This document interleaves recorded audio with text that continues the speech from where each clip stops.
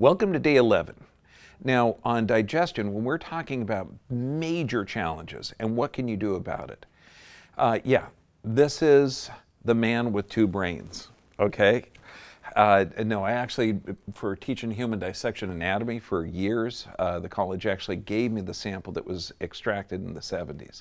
I think it's cool. Some of my patients think it's gross, but I think it's cool. But digestion all boils down to the function of the brain. Now, when we know that in our society today, gallbladders are being removed, appendix are being removed, there's gastric bypasses going on, where you're actually bypassing the intestinal tract. There's so many different challenges, like swallowing challenges. If you've had chronic neurologic damage, you may be missing that swallowing mechanism. So swallowing water or thin liquids is very challenging. There's all of these structural abnormalities and serious challenges that you've had, but people don't tell you what to do if you've had those. So let's go over about four of the top big ones, like if you've had your gallbladder removed.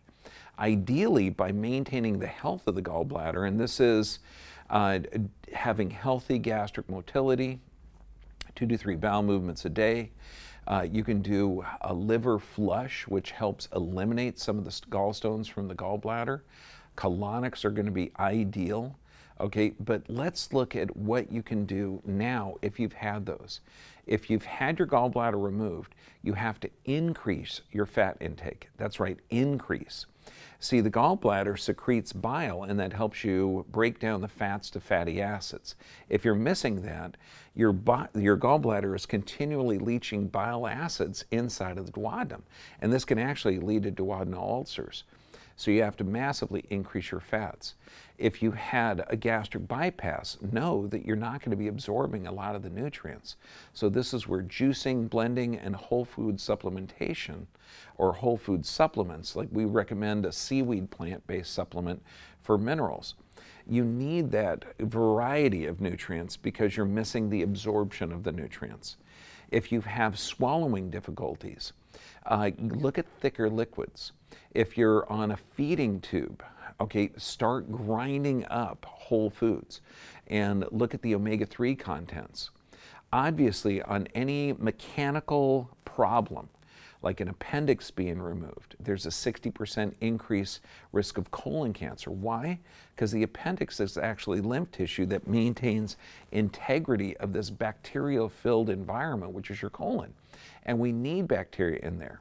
So if you've had your appendix removed, you have to increase your bacteria content or increasing the fermented foods.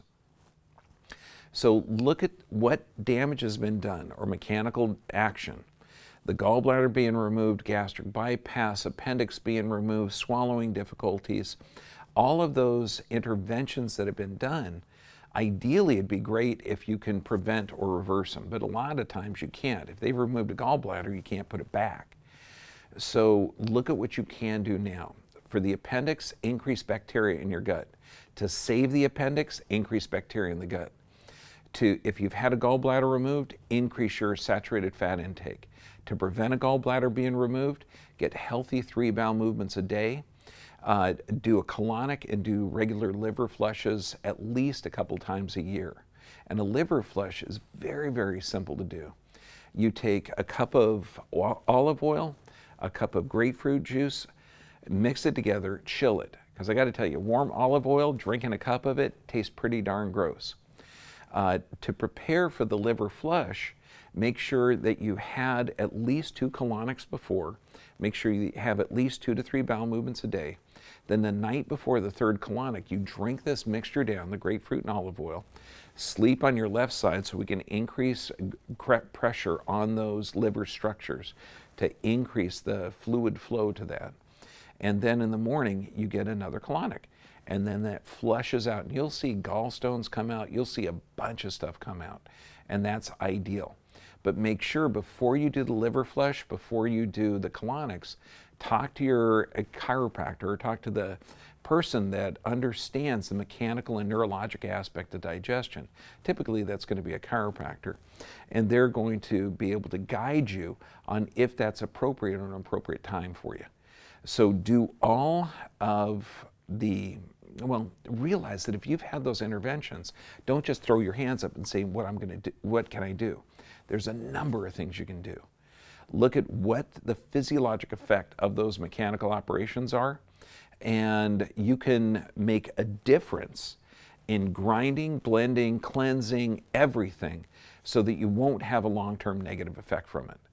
It's going to be a weird challenge, but the challenge on this one is to maintain the health of your organ systems. Maintain the health by eating that bacteria-containing food, by getting healthy amounts of saturated fats, by stimulating that parasympathetic nervous system, by getting the deep sleep tonight. You got to do that sleep restrictive therapy.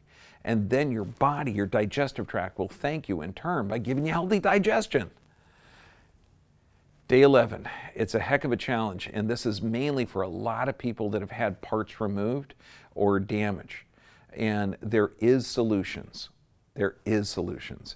Get on with it, and your body is self-healing and self-regulating. And when you've had parts removed, this is when you say, yeah, baby, I'm self-healing. Okay, because your body can regenerate a lot of damaged tissue.